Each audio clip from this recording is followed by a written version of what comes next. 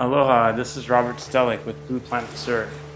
This is a video of a grouped coach downwind run on January 7th, which was last Tuesday. We had a group of 5 people.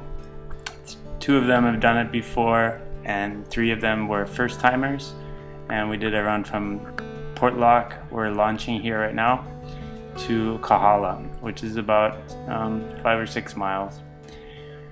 So we had like fairly light winds, and it was like fairly northeasterly winds, so it was a little bit offshore, and we started practicing a little bit with crossbow turns, which is a good way to adjust your course without slowing yourself down by paddling backwards. So we practiced that a little bit in different ways, steering strokes and different ways to adjust your course to not get blown out too far, as the wind was slightly offshore that day. So that made it a little bit challenging for the first timers. And usually I like to take only 1 or 2 people on a coach downwind run. It's just easier to be able to give everyone the amount of attention that they deserve, and really helps out. This is Peter from Sydney, Australia, on a 17-foot bullet with a steering system. Peter was out on a couple runs with me before. He did a Kahala run and a Kaimana run, the longer 9-mile run, and he had it down really good and was doing really well after doing a couple runs. He loved it, really enjoyed it. So Peter's well on his way to being a pro downwinder soon. This takes a little more practice. Then this is Allan and the whole group, Peter, we had Kyle and Linda and Patty. So right from the start, once we get out a little bit past the shallow reef, I ask everyone to make a hard right turn and point towards the back shoulder of Diamond Head. You can kind of see Diamond Head in the distance there. You know, with the GoPro camera, it's all distorted. It looks much farther away than it really is, but you can see kind of the tip of Diamond Head and then the back shoulder of it. That's kind of what we're aiming for once we get out there. And it's real important not to get too far out in the beginning. This is Patty. She did really well as well. That was her first downwind run, and she was catching bumps, doing well. You know, I'm going to try to give little tips along the way here. I think one thing is, Patty, you could just shorten your stroke a little bit, keep it in front of your feet.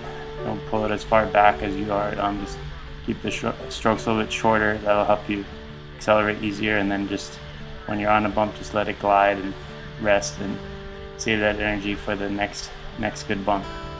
But otherwise, you're doing really well, looking good. And you know, one thing also I talked about a little bit was the steering with the rails, and I'll get a little bit more into that in the next video.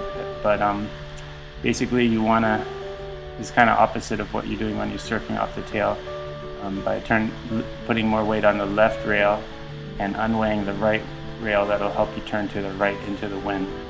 So that's called rail steering. Here's Linda. She did really well also. Good bounce, didn't fall in, and on a 14-foot board. So yeah, so you know, this is the part where that's really fun. There's nice little bumps, and the goal is just to kind of get in the trough between the waves, kind of follow the bump in front of you. You don't have to look behind you. Just try to stick to the wave that's in front of you. And one thing I noticed when I see this video, of Linda, is that you bend your bottom arm quite a bit. You pull with your bottom arm. So my recommendation is try to just keep that bottom arm a little bit more straight, and maybe put your hand a little bit lower on the shaft, and then try to use less of the pulling motion with your bottom arm. And that'll just help you, use the bottom hand kind of as the pivot point of the paddle, and not so much pulling with your bottom arm. It's not the most effective way to. It should come more from your torso, pulling on your bottom arm, and keep the arm straight and locked. Really push it forward in the catch, and then use your body and core muscles to pull on the arm. And one thing that when we're out there, we always forget to enjoy the scenery. when we get into the paddling part of it. But this run is just beautiful. You get the mountains in the background, Diamond in front of you, Cocoa Head behind you, and there's a little rain squall. There's usually a nice rainbow too, so it's really a beautiful place to paddle.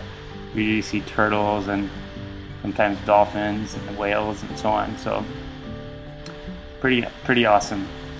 But usually after about the first mile, this run is a straight downwind run. Like in the beginning it's kind of offshore and then it turns more side shore, and so after about a mile of kind of struggling with side wind, then it just becomes a straight downwind run and pretty easy to keep your course.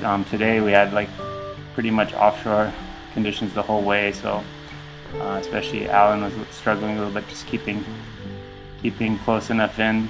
We got in right around sunset. Just a beautiful day. Thanks so much for everyone in the group. Hope you had a great time. Thanks for watching. Aloha.